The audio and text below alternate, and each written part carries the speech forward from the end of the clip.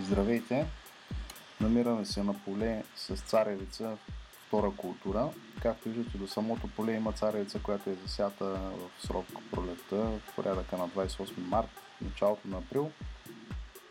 Това поле е засято в края на юни месец. Предшественика е бял трън. Фермера успя да подготви много бързо площта след жетвата на белия трън, без кой знае какви допълнителни инвестиции като торене и обработки. Възползва се от условията, които ни предостави тази година времето. Добри дъждове. Кое ми харесва в това поле и като цяло борбата с плевелите е изведена нормално, няма някакво сериозно заплевеляване. Хубавото е, че царевицата е успяла да направи много сериозни кочани.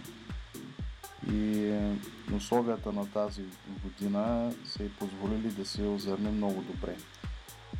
Дори върха да не е на 100% озърнен, за цареца втора култура мисля, че това е много приличен кочан и прогнозата ми е за доста добър добив.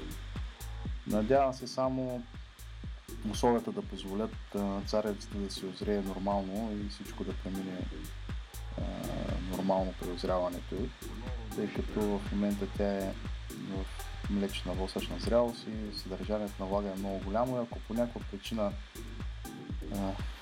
прекъсне процеса на наливане на зърно, най-вероятно тя ще се развали на самото растение.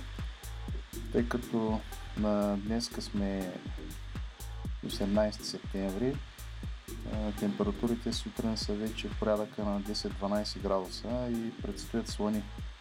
Това би била една причина да обърка нещата и царицата да е по-скоро годна за силаж. Така или иначе ще следя полето, ще следя и добива, който ще се получи от него. На пазара вече има доста хибриди ранна царевица, които виждате като този, който ще запазя в тайна. В момента тук са 16 реда, броя на зърната в ред са в порядъка на 35-40. По параметрите, които познавам за хибрида, предполагам, че добива ще бъде около 600 до 800 кг, зависи навътре каква е гъстотата. Какво виждаме на полето? Тук повреда от нощенка и преди малко в кадър видяхте едно растение, което е антоцианово оцветено. Това е повреда от царевичен стъблов пробивач. Виждате, ето къде се е мушнал.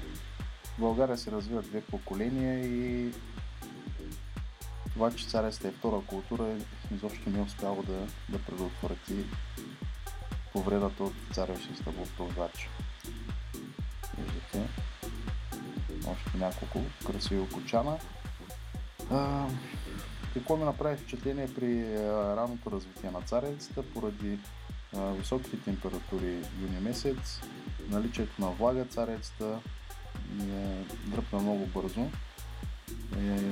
За няколко дни поникна, за около седмица вече беше в фаза 6 и 8 лист дори и за нея нещата потеглиха много добре.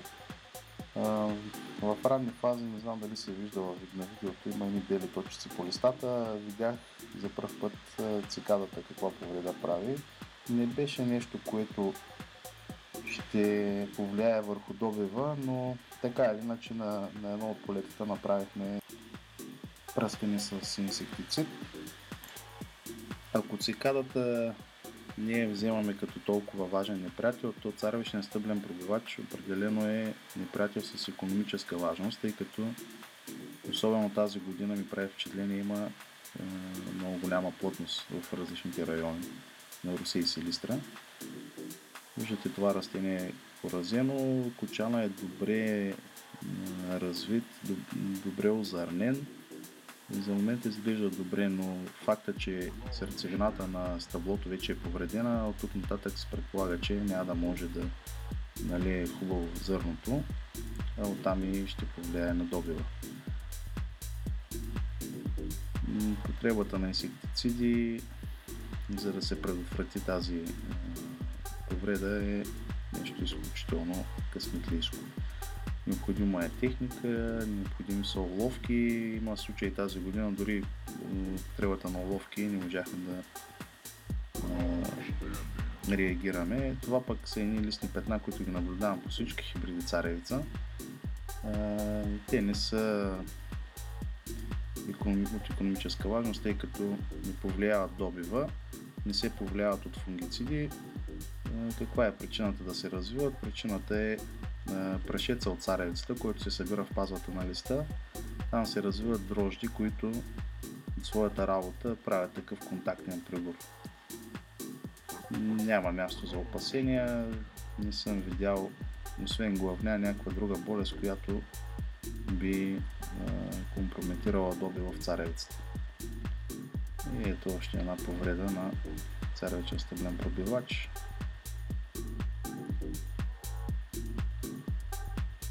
Неприятел, който ще се окаже сериозен проблем. Това е от полето с царевица втора култура. Може би има още около месец до жътва. Ще следя какъв ще бъде добива и може би ще заснема и самата жътва наскоро.